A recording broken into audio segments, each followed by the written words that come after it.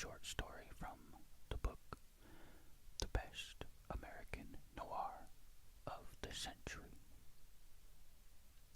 In today's video, I will be reading the first half of Poachers by Tom Franklin.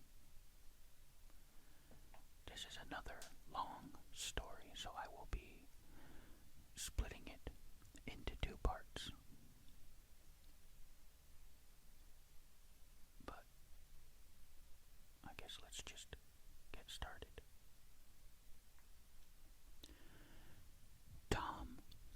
Thomas Gerald Franklin, born in 1962, was born and raised in the tiny town of Dickinson, Alabama, before his family moved to Mobile.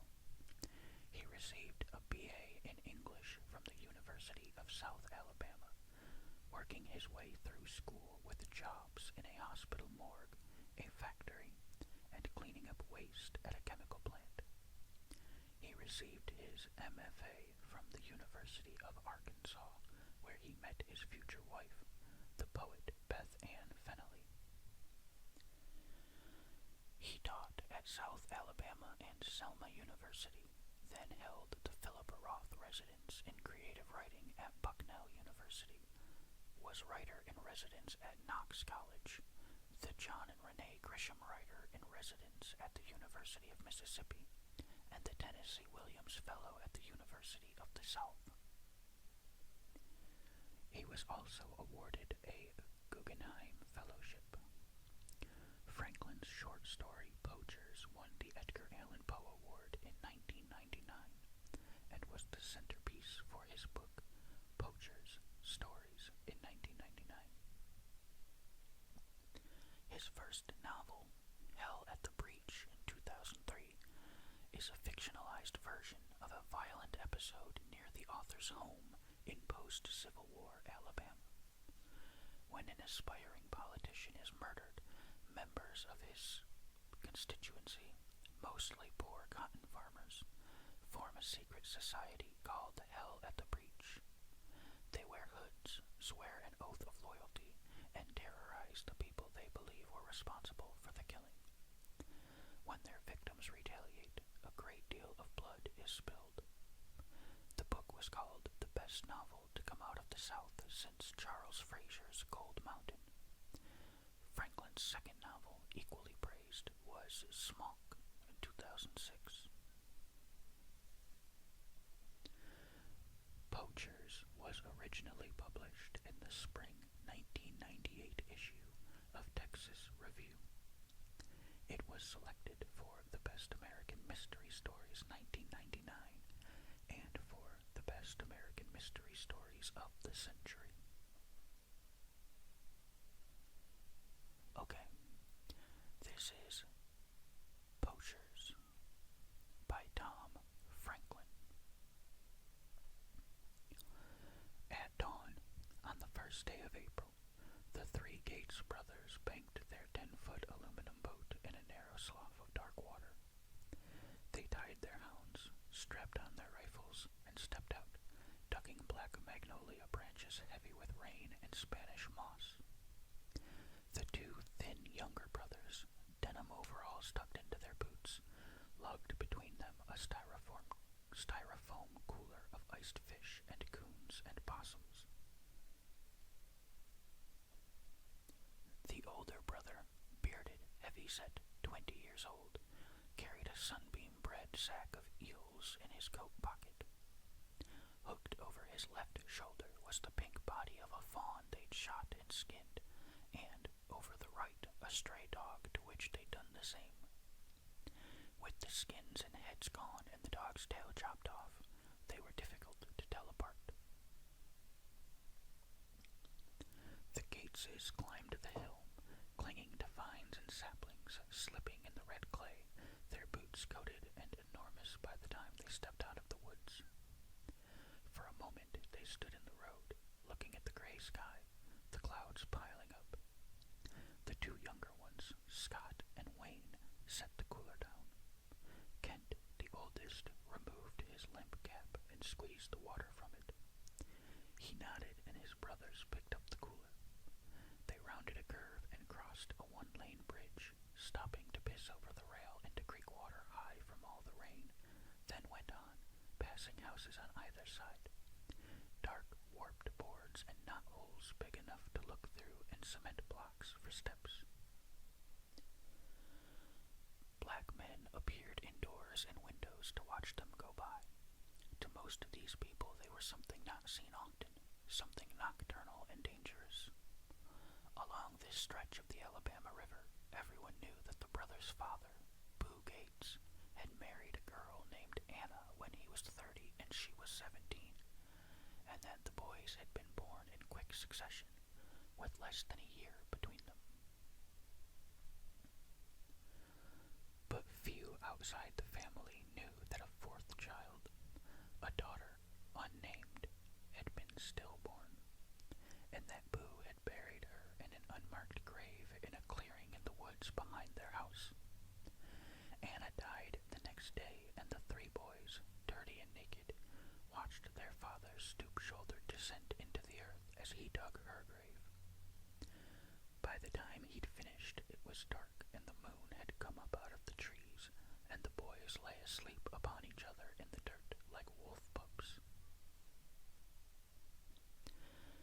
The name of this community, if it could be called that, was Lower Peachtree, though as far as anybody knew there'd never been an Upper Peachtree. Scattered along the leafy banks of the river were ragged houses, leaning and drafty, many empty, caving in, so close to the water they'd been built on stilts. Each April floods came, and the crumbling land along the riverbank would disappear, and each May, when the flood waters receded, a house or two would be gone. Upriver, near the lock and dam, stood an old store, a slanting building with a steep, rusty tin roof and a stovepipe in the back. Behind the store, the mimosa trees sagged, waterlogged. In front, beside the gas pump, long green steps led up to the door, where a red sign said open. Inside to the right, like a bar, a polished maple counter covered the entire wall. Behind the counter hung a rack with wire pegs for tools, hardware, fishing tackle. The condoms, bullets, and tobacco products, the rat poison, and the old-timer knife display were beneath the counter. The store owner, old Kirksey, had bad knees, and this weather settled around his joints like rot. For most of his life he'd been married and lived in a nice house on the highway. 2-story. Fireplaces in every bedroom. A china cabinet. But when his wife died 2 years ago, cancer, he found it easier to avoid the house, to keep the bills paid and the grass mowed but the door locked, to spend nights in the store, to sleep in the back room on the army cot, and to warm his meals of corned beef and beef stew on a hot plate. He didn't mind that people had all but stopped coming to the store. As long as he served a few long-standing customers, he thought he'd stick around. He had his radio and one good station, WJDB of Thomasville, and money enough. He liked the area, knew his regulars weren't the kind to drive an hour to the nearest town. For those few people, Kirksey would go once a week to Grove Hill to shop for goods he'd resell, marking up the price just enough for a reasonable profit. He didn't need the money. It was just good business. Liquor-wise, the county was dry, but that didn't stop Kirksey from selling booze. For his regulars, he would serve plastic cups of the cheap whiskey he bought in the next county, or bottles of beer he kept locked in the old refrigerator in back. For these regulars, he would break packages of cigarettes and keep them in cigar box and sell them for a dime apiece, a nickel stale. Aspirins were 7 cents each, Tylenol tablets 9. He would open boxes of shotgun shells or cartridges and sell them for amounts that varied according to caliber, and he'd been known to find specialty items, paperback novels, explosives, and once a rotary telephone. At Euphrates Morissette's place, the Gates brothers pounded on the back door. In his yard, a cord of wood was stacked between two fence posts and covered by a green tarp, brick halves holding the tarp down. A tire swing, turning slowly and full of rainwater, hung from a white oak. When Morissette appeared, he was a large, bald black man. Kent held out the fawn and dog. Morissette put on glasses and squinted at both. "Hang back," he said, and closed the door. Kent sat on the porch edge, and his brothers on the steps. The door opened, and Morissette came out with 3 pint jars of homemade whiskey. Each brother took a jar and unscrewed its lid, sniffed the clear liquid. Morissette set his steaming coffee cup on the windowsill. He fastened his suspenders, looking at the carcasses hanging over the rail. The brothers were already drinking. "Where's that girl?" Kent asked, his face twisted from the sour whiskey. "My stepdaughter, you mean?" Morissette's Adam's apple bumped in his throat. "She inside." Far away a rooster crowed. "Get her out here," Kent said. He drank again, shuddered. "She ain't but 15. Kent scratched his beard. "Just gonna look at her." When they left, the stepdaughter was standing on the porch in her white nightgown, barefoot, afraid, and rubbing the sleep from her eyes. The brothers backed away, clanking the hardware and grinning at her. Morissette's jaw clenched. Sipping from their jars, they took the bag of eels down the road to the half-blind conjure woman who waited on her porch. Her house, with its dark drapes and empty parrot cages dangling from the caves, seemed to be slipping off into the gully. She snatched the eels from Kent, squinting into the bag with her good eye. Grunting, she paid them from a dusty cloth sack on her apron and muttered to herself as they went up the dirt road. Wayne, the youngest, looked back, worried that she'd put a hex on them. They peddled the rest of the things from their cooler, then left through the dump, stumbling down the ravine in the rain, following the water's edge to their boat. In the back, Kent wedged his jar between his thighs and ran the silent trolling motor with his foot. His brothers leaned against the walls of the boat, facing opposite banks. No sound but rain and the low hum of the motor. They drank silently, holding the burning whiskey in their mouths before gathering the will to swallow. Along the banks, fallen trees held the thick strands of cottonmouth, black sparkling creatures dazed and slow from winter, barely able to move.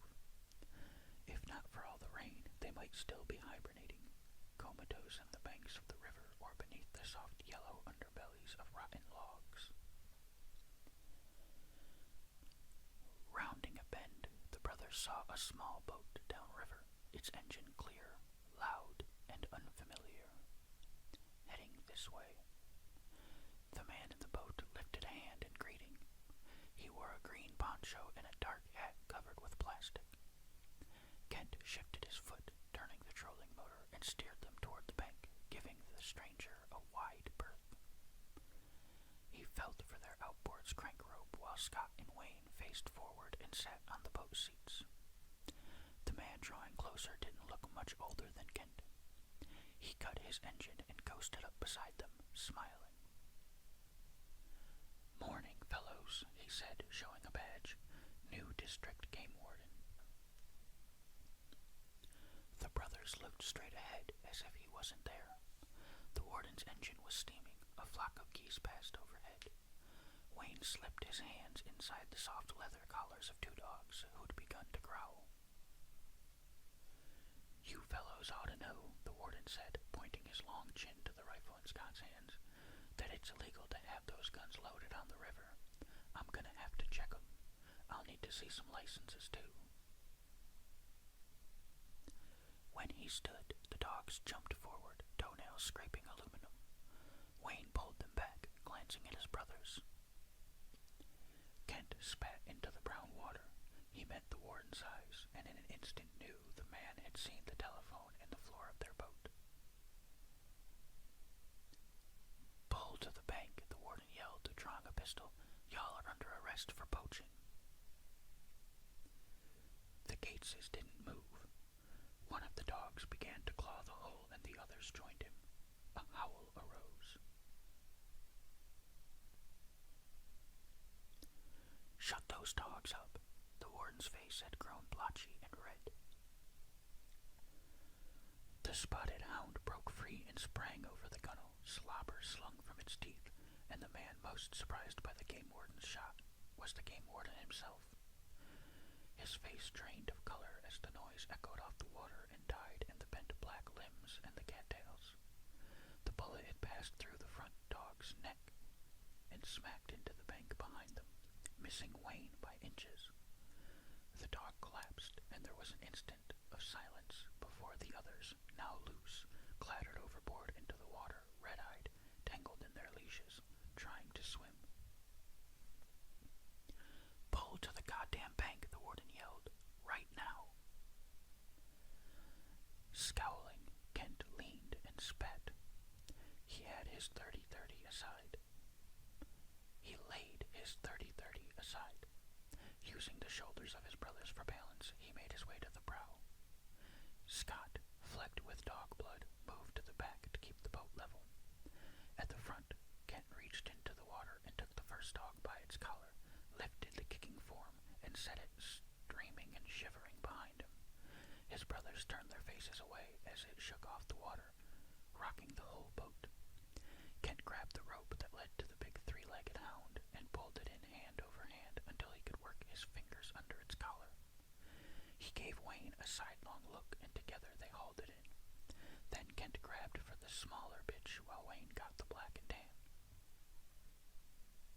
The warden watched them, his hips swaying with the rise and fall of the current. Rain fell harder now, spattering against the aluminum boats. Kneeling among the dogs, Kent unsnapped the leash and tossed the spotted hound overboard. It sank, then resurfaced and floated on its side, trailing blood. Kent's lower lip twitched. Wayne whispered to the dogs and placed his hands on two of their heads to calm them. They were retching and trembling and rolling their eyes fearfully at the trees. Scott stood up with his hands raised as if to surrender. When the man looked at him, Kent jumped from his crouch into the other boat, his big fingers closing around the game warden's neck. Later that morning, Kirksey had just unlocked the door and hung out the open sign when he heard the familiar rattle of the gate's truck. He sipped his coffee and limped behind the counter, sat on his stool. The boys came several times a week, usually in the afternoon, before they started their evenings of hunting and fishing. Kirksey would give them the supplies they needed: bullets, fishing line, socks, a new cap to replace one lost in the river. They would fill their truck and cans with gas. 18-year-old Wayne would get the car battery from the charger near the wood-burning stove and replace it with the drained one from their boat's trolling motor. Kirksey would serve them coffee or cokes, never liquor, not to minors, and they'd eat whatever they chose from the shelves, usually candy bars or potato chips, ignoring Kirksey's advice that they ought to eat healthier: Vienna sausages, Dinty Moore, or Chef Boyardee. Today they came in looking a little spooked, Kirksey thought. Scott stayed near the door, peering out, the glass fogging by his face. Wayne went to the candy aisle and selected several Hershey bars. He left a trail of muddy boot prints behind him. Kirksey would mop later. "Morning, boys," he said. "Coffee?" Wayne nodded. Kirksey filled a styrofoam cup, then grinned as the boy loaded it with sugar. "You take coffee with your sweetener," he said. Kent leaned on the counter, inspecting the hardware items on their pegs: a hacksaw, a set of Allen wrenches, a gizmo with several uses, knife, measuring tape, all. Kirksey could smell the booze on the boys. "Y'all need something?" he asked. "That spotted one you give us," Kent said, "won't bark no more." "She won't?" "No.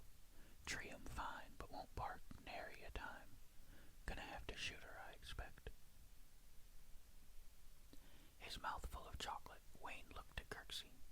By the door, Scott unfolded his arms. He kept looking outside. No, Kirksey said. Ain't no need to shoot her, Kent.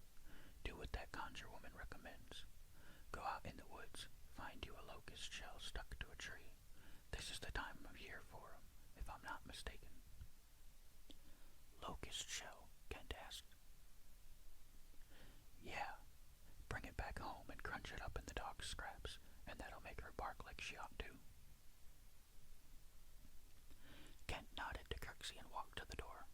He went out, his brothers following. See you, Kirksey called.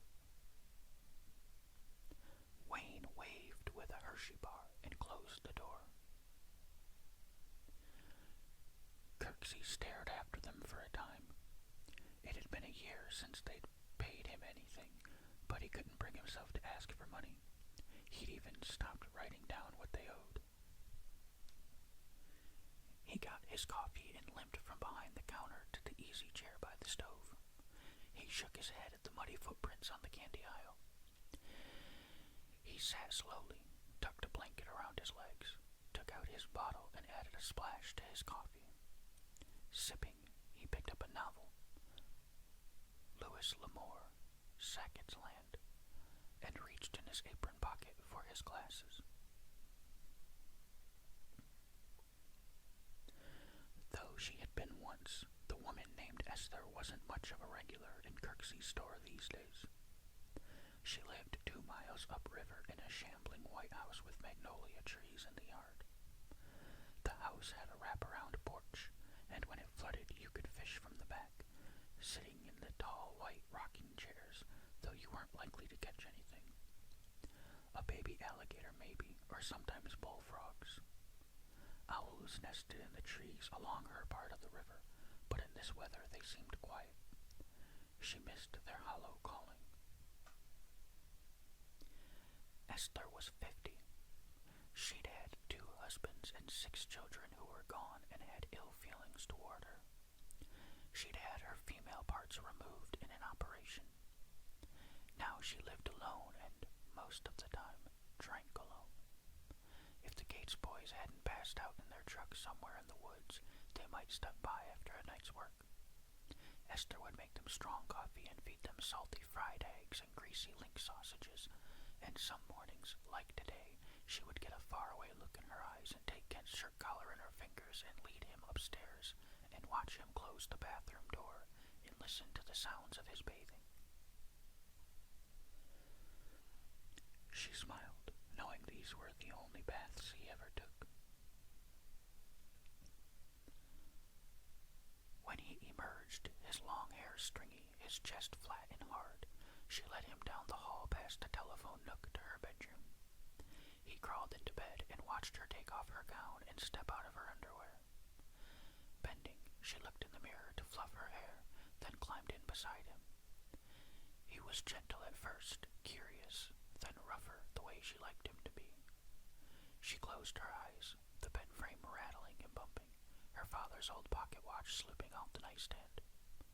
Water gurgled in the pipework in the walls as the younger brothers took baths too, hoping for a turn of their own, which had never happened. At least not yet. Slow, baby, Esther whispered in Kent's ear. It's plenty of time.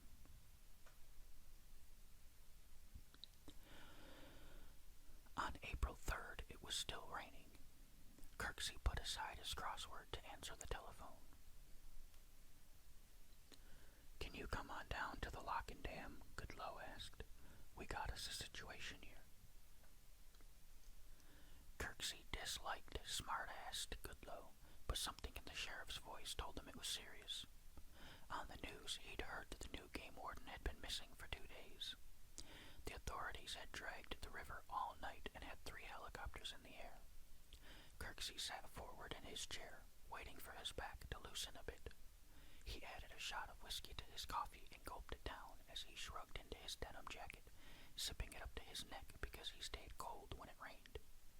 He put cotton balls in his ears and set his cap on his bald head, took his walking cane from beside the door.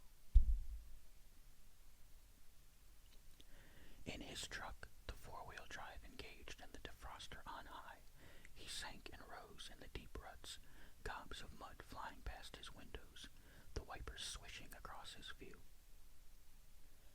The radio announcer said it was 60 degrees, more rain on the way. Conway Twitty began to sing. A mile from the lock and dam, Kirksey passed the Grove Hill ambulance, axle deep in mud. A burly black paramedic wedged a piece of 2x4 beneath one of the rear tires while the bored-looking driver sat behind the wheel, smoking and racing the engine. Kirksey slowed and rolled down his window. Y'all going after a live one or a dead one? Dead, Mr. Kirksey, the black man answered. Kirksey nodded and sped up. At the lock and dam, he could see a crowd of people in umbrellas, and beyond them he saw the dead man, lying on the ground under a black raincoat. Some onlooker had begun to direct traffic. Goodloe and 3 deputies in yellow slickers stood near the body with their hands in their pockets. Kirksey climbed out, and people nodded somberly and parted to let him through. Goodloe, who'd been talking to his deputies, ceased as Kirksey approached, and they stood looking at the raincoat. "Morning, sugar baby," Kirksey said, using the childhood nickname Goodloe hated. "Is this who I think it is?" "Yep," Goodloe muttered. "Rookie game warden of the year."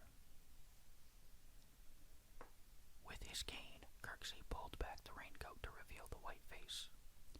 "Young fellow," he said. There was a puddle beneath the dead man, twigs in his hair and a clove of moss in his breast pocket. With the rubber tip of his cane, Kirksey brushed a leech from the man's forehead.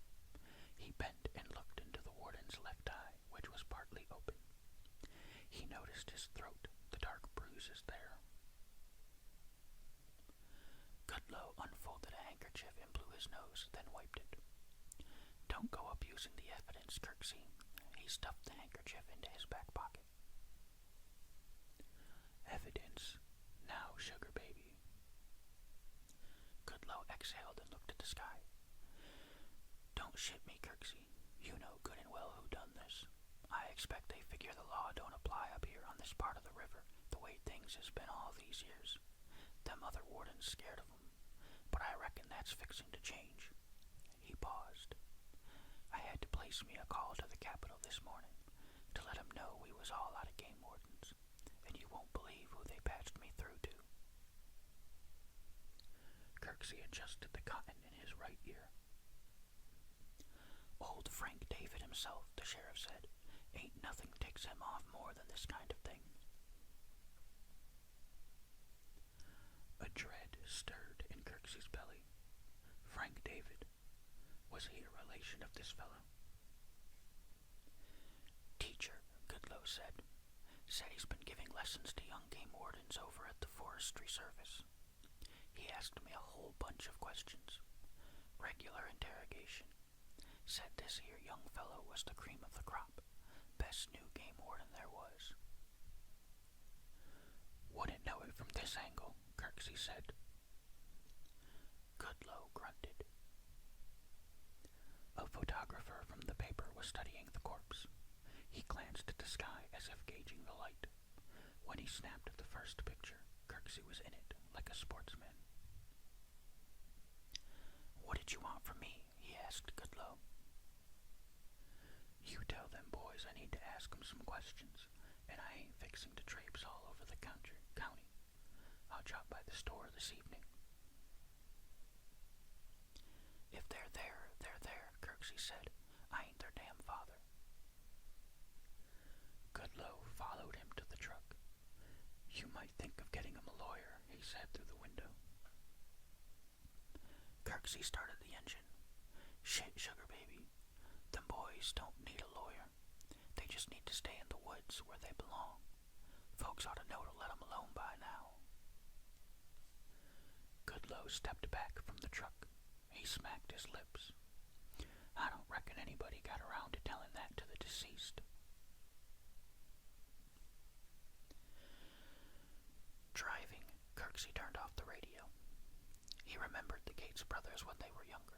before their father shot himself. He pictured the three blonde heads in the front of Boo's boat as he motored upriver past the store, lifting a solemn hand to curtsy where he stood with a broom on his little back porch. After Boo's wife and newborn daughter had died, he taught those boys all he knew about the woods, about fishing, tracking, hunting, killing.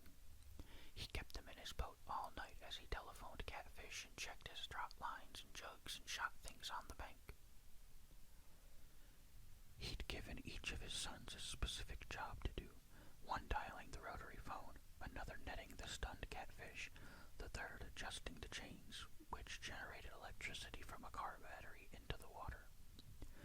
Boo would tie a piece of clothesline around each of his sons' waists to loop the other end to his own ankle in case one of the boys fell overboard. Downriver, Kent would pull in the trot lines while Wayne handed him a cricket or cockroach or catalpa worm from the hook. Scott took the bass, perch, or catfish Kent gave him and slit its soft cold belly with a fillet knife and ran 2 fingers up into the fish and drew out its palmful of guts and dumped them overboard. Sometimes on warm nights, cottonmouths or young alligators would follow them, drawn by blood. A danger was catching a snake or snapping turtle on the trot line, and each night Boo whispered for Kent to be careful, to lift the line with a stick and see what he had there instead of using his bare hands. During the morning, they would leave the boat tied, and the boys would follow their father through the trees from trap to trap, stepping where he stepped, not talking. Boo emptied the traps and rebaited them while behind him Kent put the carcass in his squirrel pouch. In the afternoons, they gutted and skinned what they'd brought home. What time was left before dark they spent sleeping in the feather bed in the cabin where their mother and sister had died. After Boo's suicide, Kirksey had tried to look after the boys, their ages 12, 13, and 14, just old enough, Boo must have thought, to raise themselves. For a while, Kirksey let them stay with him and his wife, who never had a child. He tried to send them to school, but they were past learning to read and write and got expelled the first day for fighting, ganging up on a black kid. They were past the kind of life Kirksey's wife was used to living. They scared her, the way they watched her with eyes narrowed into black lines, the way they ate with their hands, the way they wouldn't talk. What she didn't know was that from those years of wordless nights on the river and silent days in the woods, they had developed a kind of language of their own, a language of the eyes, of the fingers, of the way a shoulder moved, a nod of the head. Because his wife's health wasn't good in those days, Kirksey had returned the boys to their cabin in the woods. He spent most Saturdays with them, trying to take up where Boo had left off, bringing them food and milk, clothes and new shoes, reading them books, teaching them things and telling stories. He'd worked out a deal with Esther, who took hot food to them in the evenings and washed and mended their clothes. Slowing to let 2 buzzards hop away from a dead deer, Kirksey lit a cigarette and wiped his foggy windshield with the back of his hand. He thought of Frank David, Alabama's legendary game warden. There were dozens of stories about the man. Kirksey had heard and told them for years, and repeated them to the Gates boys, even made some up to scare them. Now the true ones and the fictions were confused in his mind. He remembered one, a dark moonless night, and 2 poachers use a spotlight to freeze a buck in the darkness and shoot it. They take hold of its wide rack of horns and struggle to drag the big deer, when suddenly they realize that now 3 men are pulling. The first poacher jumps and says, "Hey, it ain't supposed to be but 2 of us dragging this deer." And Frank David says, "Ain't supposed to be none of y'all dragging it." The Gates boys came in the store just before closing, smelling like the river. Nodding to Kirksey, they went to the shelves and began selecting cans of things to eat. Kirksey poured himself a generous shot of whiskey. He'd stopped by their cabin earlier and, not finding them there, left a quarter on the steps, an old signal he hadn't used in years. "Goodlow's coming by tonight," he said to Kent. "Wants to ask if y'all know anything about that dead game warden." Kent shot the other boys a look. "Now, I don't know if y'all have ever seen that fellow," Kirksey said, "and I'm not asking you to tell me." He paused in case they wanted to. "But that's what old Sugar Baby's gonna want to know. If I was y'all, I just wouldn't tell him anything. Just say I was at home, that I don't know nothing about any dead game warden. Nothing at all." Kent shrugged and walked down the aisle he was on and stared out the back window, though there wasn't anything to see except the trees, ghostly and bent when the lightning came. His brothers took seats by the stove and began to eat. Kirksey watched them, remembering when he used to read to them Tarzan of the Apes and The Return of Tarzan. The boys had wanted to hear the books over and over. They loved the jungle, the elephants, rhinos, gorillas, the anacondas 30 feet long. They would listen intently, their eyes bright in the light of the stove, Wayne holding in his small, dirty hand the slinky Kirksey had given him as a Christmas present, his lips moving along with Kirksey's voice, mouthing some of the words. The great apes, Numa the lion, La, queen of Opar, the lost city. They had listened to his Frank David stories the same way, the game warden appearing beside a tree on a night when there wasn't a moon, a tracker so keen he could see in the dark, could follow a man through the deepest swamp by smelling the fear in his sweat, by the way the water swirled, a bent-over shadow slipping between the beaver lairs, the cypress trees, the tangle of limb and vine, parting the long wet bangs of Spanish moss with his rifle barrel, creeping toward the glowing windows of the poacher's cabin, the deer hides nailed to the wall, the gator pelts, the fish with their grim smiles hooked to a clothesline, turtle shells like army helmets drying on the windowsills, any pit bull or mutt meant to guard the place lying with its throat slit behind him. Frank David slips out of the fog, with fog still clinging to the brim of his hat. He circles the cabin, peers in each window, mounts the porch, puts his shoulder through the front door, stands with wood splinters landing on the floor at his feet. A hatted man of average height, clean-shaven, no threat until the big hands come up, curl into fists, the knuckles scarred, blue, sharp. Kirksey finished his drink and poured another. It burned pleasantly in his belly. He looked at the boys, occupied by their bags of corn kernels.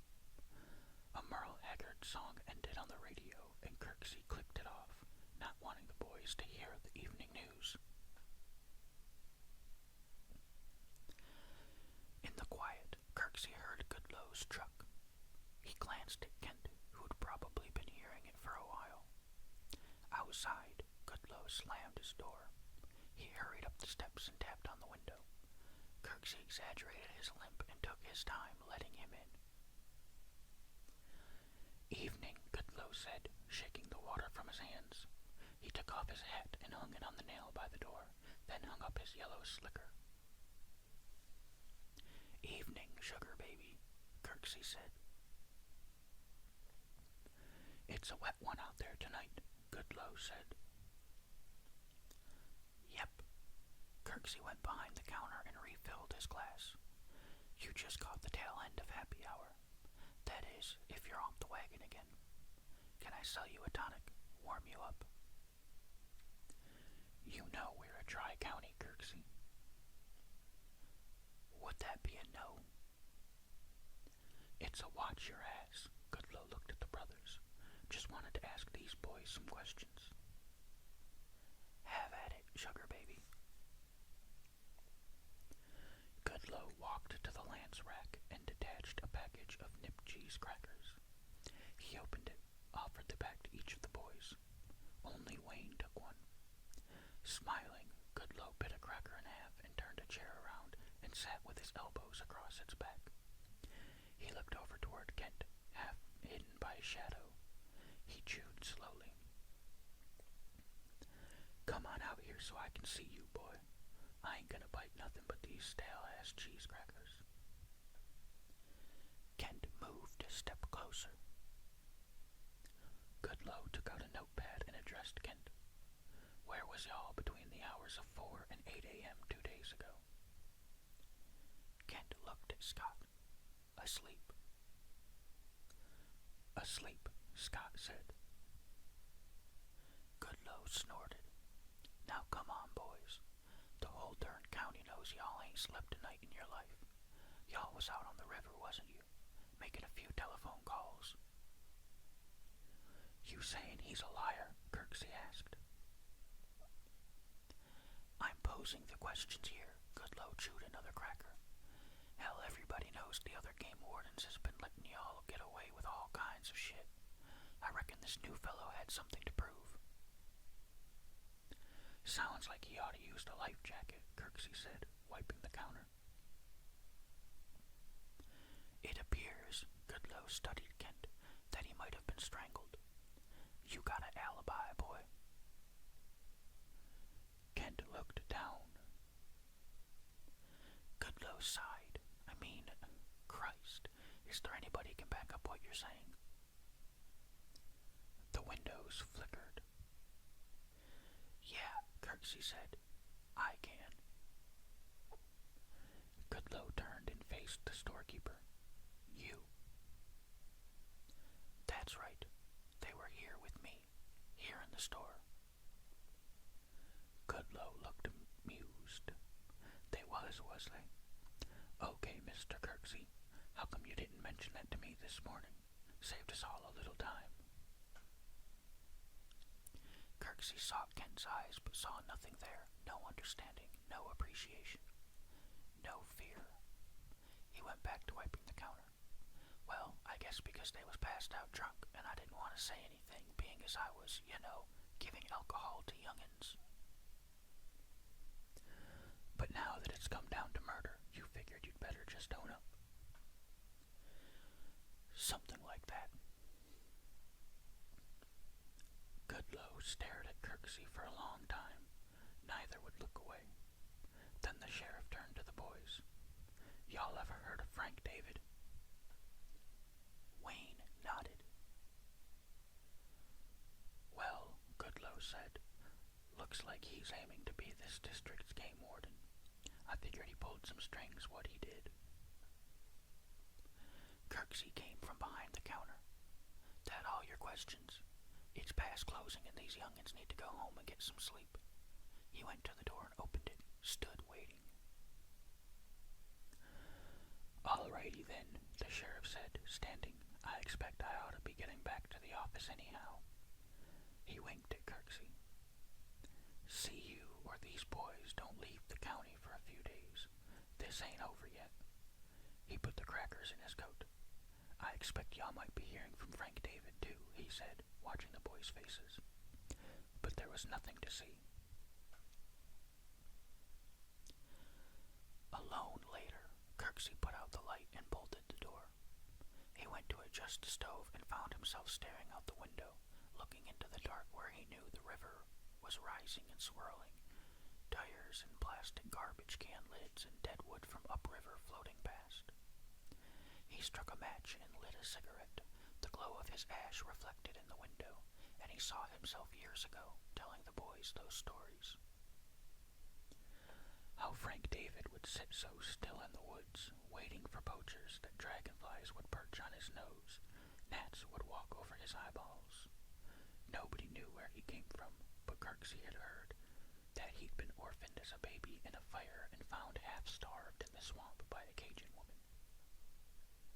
She'd raised him on the slick red clay banks of the Tombigbee River, among lean black poachers and white trash moonshiners. He didn't even know how old he was, people said. And they said he was the best poacher ever, the craftiest, the meanest. That he cut a drunk logger's throat in a juke joint knife fight one night. That he fled south and, underage, joined the Marines in Mobile and wound up in Korea, the infantry, where because of his shooting ability and his stealth, they made him a sniper. Before he left that country, he'd registered over 100 kills, communists half a world away who never saw him coming. Back home in Alabama, he disappeared for a few years, then showed up at the state game warden's office demanding a job. Some people heard that in the intervening time he'd gotten religion. "What makes you think I ought to hire you?" the head warden asked. "Because I spent 10 years of my life poaching right under your goddamn nose," Frank David said. The Gates boys' pickup was the same old Ford their father had shot himself in several years earlier.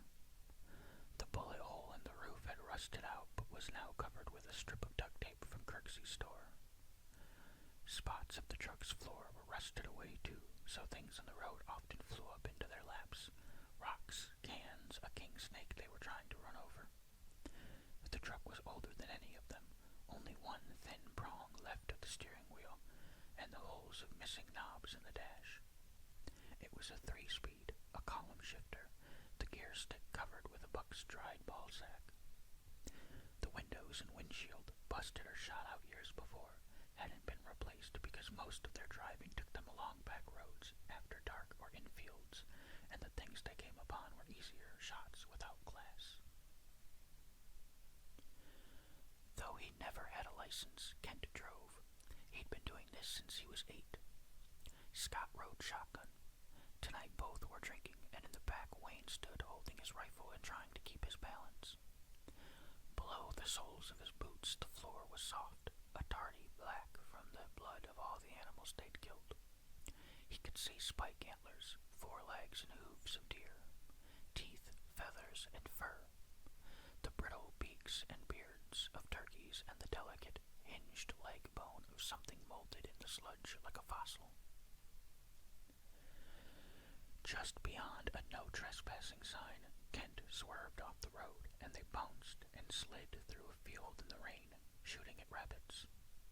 Then they split up, the younger boys checking traps, one on each side of the river, and Kent in the boat rebaiting their trot lines the way his father had shown him. They met at the truck just before midnight, untied the dogs, and tromped down a steep logging path, Wayne on one end of 4 leashes and the lunging hounds on the other. When they got to the bottomland, he unclipped the leashes and loosed the dogs, and the brothers followed the baying ahead in the dark, aiming their flashlights into the black mesh of trees where the eyes of coons and possums gleamed like rubies. The hounds bayed and frothed, clawed the trunks of trees, and leaped into the air and landed and leaped again, their sides pumping, ribs showing, hounds that, given the chance, would never stop eating. When the Gateses came to the river 2 hours later, the dogs were lapping water and panting. Wayne bent and rubbed their ears and let them lick his cheeks. His brothers rested and drank, belching at the sky. After a time, they leashed the hounds and staggered downstream to the live oak where their boat was tied. They loaded the dogs and shoved off into the fog and trolled over the still water. In the middle, Scott lowered the twin chains beside the boat and began dialing the old telephone. Wayne netted the stunned catfish. You couldn't touch them with your hand or they'd come to, and threw them into the cooler where in a few seconds the waking fish would begin to thrash. In the rear, Kent fingered his rifle and watched the banks in case a coyote wandered down, hunting bullfrogs. They climbed up out of the woods into a dirt road in the misty dawn, plying through the muddy yards and pissing by someone's front porch in plain sight of the black face inside. A few houses down, Morissette didn't come to his door, and when Kent tried the handle, it was locked. He looked at Scott, then put his elbow through the glass and reached in and unlocked it. While his brothers searched for the liquor, Wayne ate the biscuits he found wrapped in tinfoil on the stove. He found a box of cornflakes in a cabinet and ate most of them too. He ate a plate of cold fried chicken liver. Scott was in a bedroom, looking under the bed. In the closet, he was going through drawers, his dirty fingers among the white cloth. In the back of the house, Kent found a door, locked from the inside. He jimmied it open with his knife, and when he came into the kitchen, he had a gallon jar of whiskey under his arm and Euphrates' stepdaughter by the wrist. Wayne stopped chewing, crumbs falling from his mouth. He approached the girl and put his hand out to touch her, but Kent pushed him hard into the wall. Wayne stayed there, a clock ticking beside his head, a string of spit linking his two opened lips, watching as his brother ran his rough hands up and down the girl's trembling body, over the nipples that showed through the thin cloth. Her eyes were closed, lips moving in prayer. Looking down, Kent saw the puddle spreading around her bare feet. "Shit," he said, a hand cupping her breast. "Pissed herself." He let her go, and she shrank back against the wall, behind the door.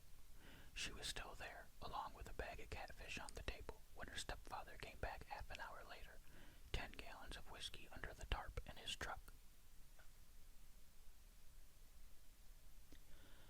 On that same Saturday, Kirksey drove to the chicken fights, held in Heflin, Bradford's bulging barn, deep in woods cloudy with mosquitoes. He passed the hand-painted sign that had been there forever, as long as he could remember, nailed to a tree. It said, "Jesus is not coming." Kirksey climbed out of his truck and buttoned his collar, his ears full of cotton. Heflin's wife worked beneath a rented awning, grilling chicken and sausages, selling cokes and beer. Gospel music played from a portable tape player by her head. Heflin's grandson Nolan took the price of admission at the barn door and stamped the backs of white hands and the cracked pink palms of black ones. Men in overalls and baseball caps that said "Cat Diesel Power of STP" stood at the tailgates of their pickups, smoking cigarettes, stooping to peer into the dark cages where roosters paced. The air was filled with windy rain spits and the crowing of roosters, the ground littered with limp, dead birds. A group of men discussed Frank David, and Kirksey paused to listen. "He's the one caught that bunch over in Washington County," one man said. "Them alligator poachers." "Sugar Baby said 2 of them wound up in the intensive care," another claimed. "Said they pulled a gun and old Frank David went crazy with an axe handle." Kirksey moved on and paid the $5 admission.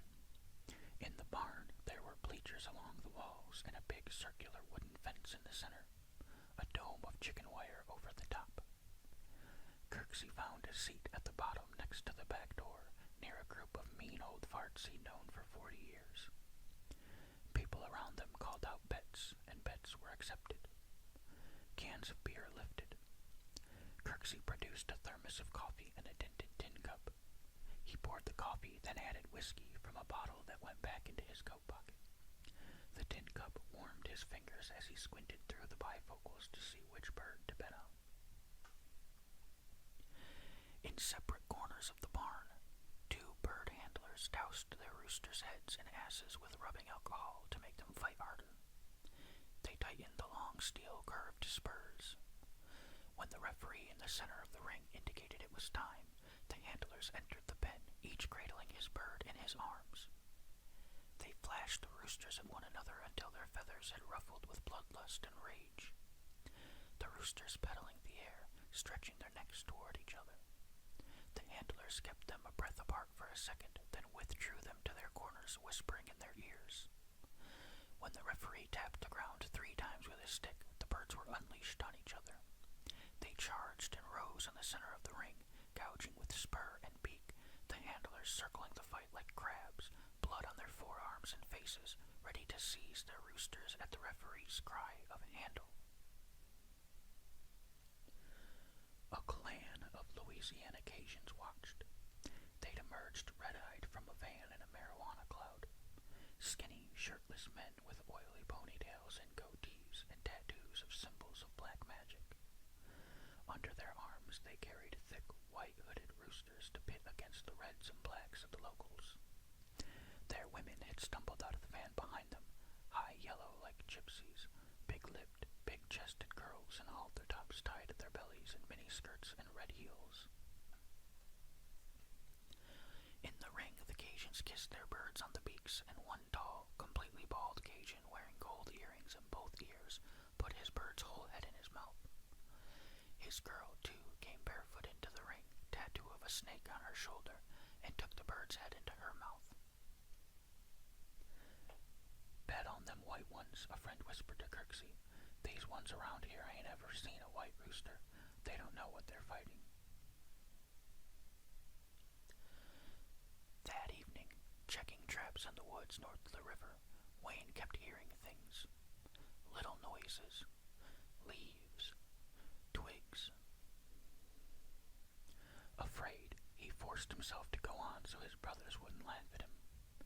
Near dark, in a wooden trap next to an old fence crow, he was surprised to find the tiny white fox they'd once seen cross the road in front of their truck.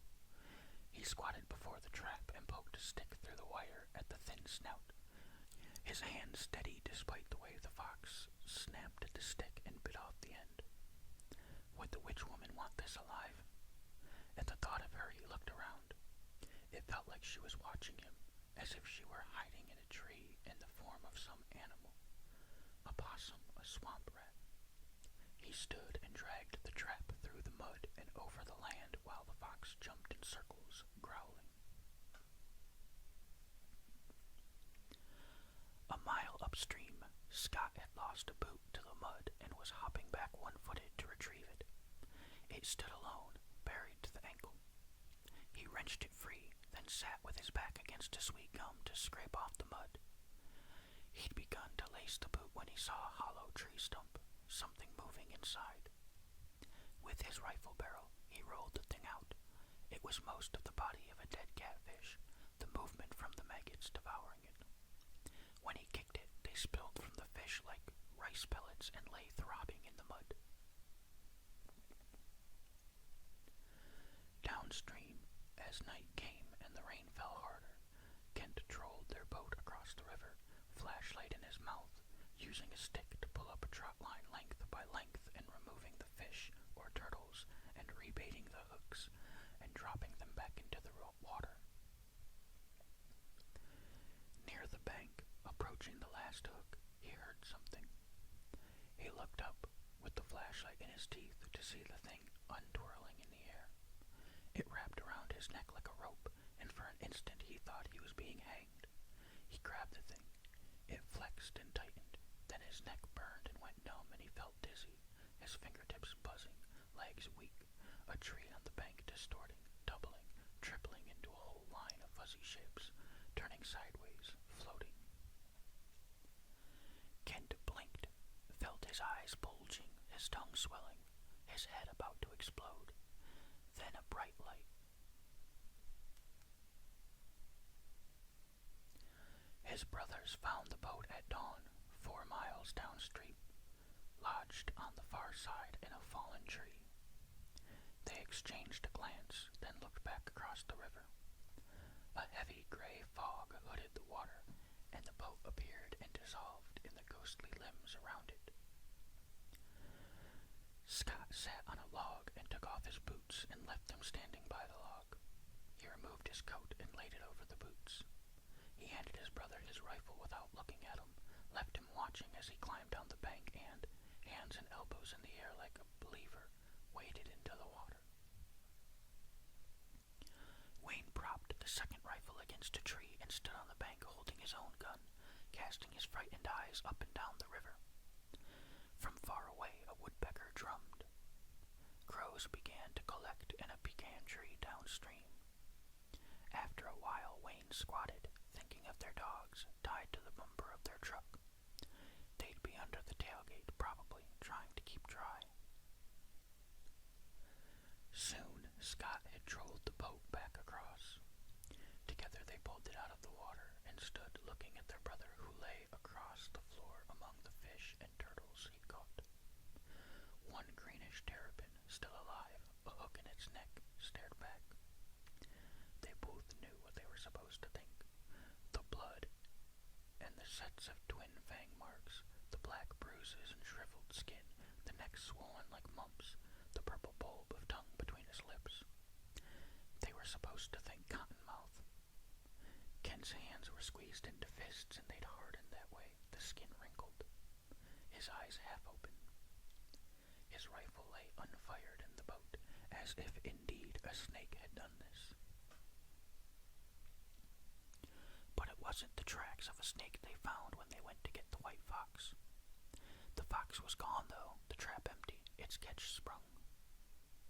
Scott knelt and ran his knuckles along the rim of a boot print in the mud, not a very wide track, not very far from the next one.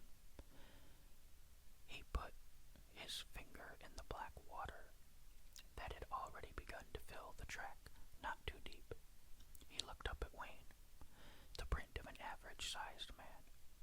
In no hurry, Scott rose, and they began. Above them, the sky cracked and flickered. Silently, quickly, no time to get the dogs. They followed the trail back through the woods, losing it once, twice, backtracking, working against the rain that fell and fell harder, that puddled blackly and crept up their legs, until they stood in water to their calves, rain beating on the brims of their caps. They gazed at the ground, the sky, at the rain streaming down each other's muddy face. At the truck, Wayne jumped in the driver's seat and reached for the keys. Scott appeared in the window, shaking his head. When Wayne didn't scoot over, the older boy hit him in the jaw, then slung open the door and pulled Wayne out, sent him rolling over the ground. Scott climbed in and had trouble getting the truck choked. By the time he had the hang of it, Wayne had gotten into the back and sat among the wet dogs, staring at his dead brother. At their cabin, they carried Kent into the woods. They laid him on the ground and began digging near where their sister, mother, and father were buried in their unmarked graves. For 3 hours they worked, the dogs coming from under the porch and sniffing around Kent and watching the digging, finally slinking off and crawling back under the porch out of the rain. An hour later, the dogs came boiling out again and stood in a group at the edge of the yard, baying.